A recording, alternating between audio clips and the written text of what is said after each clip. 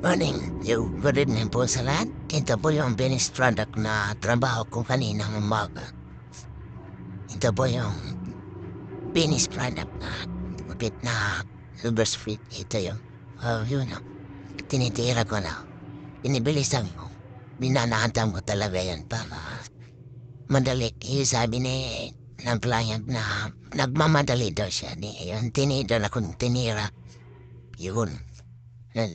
Kin walang guide yan. Tinira ko na. Huwag niyong bayahin mga baguhan. Yung mga baguhan talaga. Mag-iingat kayo sa bandang ganit. Dito na banda kasi mahirap yan pag na kamali kayo sa pagtabas. Hindi na pabalik yung gupit. Yun. Tinira ko na. Tinanggal ko na yung direct na to.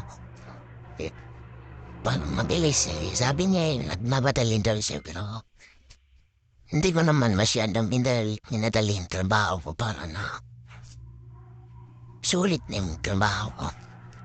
Sayang naman yung bayad ng customer na hindi maayos yun. Ito hindi. Tinira ko sa right side. Itong right side tapos na kasi yung left side. Ito. Yun. Si Wibanat. Yun ang trabaho talaga lang. Mga mahirap. Bis na pinapag-aral lang. Nabara lang. Magulang. Yun. Hindi nagtino sa pabaral. Ito ang baksak sa taong hindi nag-aral. Barbiro. Pero masaya naman ako sa trabaho ko. Na ito yung nabot ko na pamarang na to. Yan. Tingnan nyo guys, yung ano ko. Left side, right side, tapos na. Tapos na yan. Pero may over pa pa dyan. Panipisan ko baga yung gilid. Gamit ako ng suklay na pangsuklay sa mga palay. Yan. Sige, dahan-dahan mo lang baka sabihin ng client na talaga minamadali talaga. Sa totoo, nag-iingat talaga ako sa trabaho ko. Ayaw ko na magkamali ako sa trabaho ko kasi mahirap yung gupin. Yan. Nung gumamit na po ng guide na 1.5. Ito, may mga dark spot pa. Yan. Gagamit na naman ako dyan. 1.5 again. Yun. Ipo kasi nampura yung ano eh. Kapal papel. Ginamit ako 1.5 para manipis siya. Yun. Tinira ko.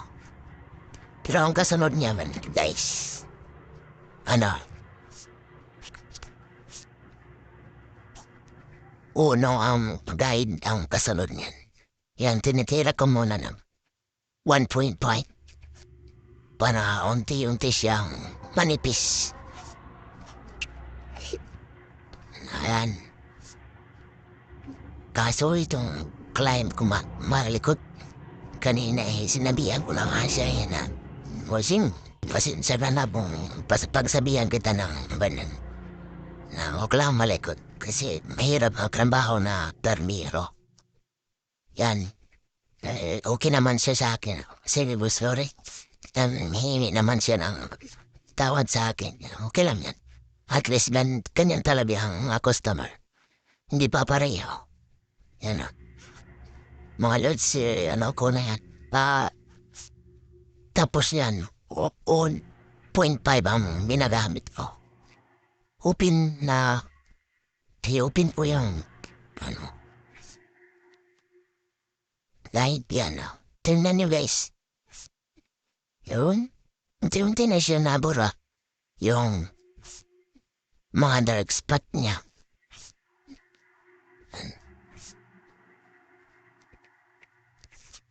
Hindi pa nga tapos eh. Medyo maliwalas na yung gilid niya. Ito, ginamit ko na yung hairline ko. yan. Kaso yan, tabingin mo na dito. Pero babalikan ko yan para maayos. Yan. Guideline lang yan, pero sa tingin nyo, hindi talaga maganda pa yan. Kasi tatabingi pati man. O babalik na naman ako dito sa wilid. Pero konti na lang yan diyan. Yan. Hinalikan ko. O come over pa ako para maganda tingnan. Left side, right side yun. Banat. Para maganda tingnan.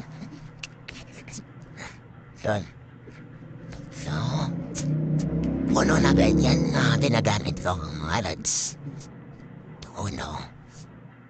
Tapos, ang kasunod yan, point. Yan, natingnan nyo guys. O, dinahandahan ko na. Baka dumiretso dun sa taas, sa tukpok. Dahan-dahan lang. Ganun lang talaga yung pabi. Ingat ng pagupit. Tuwing mga buruan. Puti naman yan. Yan. Hindi talagang pabilis-bilis. Pero okay lang yan. Ganun talaga yun eh. Minsan tayo ay mga barbero, mapapagod din tayo. Pero banat lang. Para sa pamilya. Ganyan talagang buhay. Habang tayo ay nabubuhay pa. Yan, toothbrush yan. Kasang gunay ang wilid. Para medyo malinis. Ito. Nag-request ang client na magpa-develop daw siya. Ayun no. Kahit na lang ako alam niyan. Oh, suwabe. Mga lods.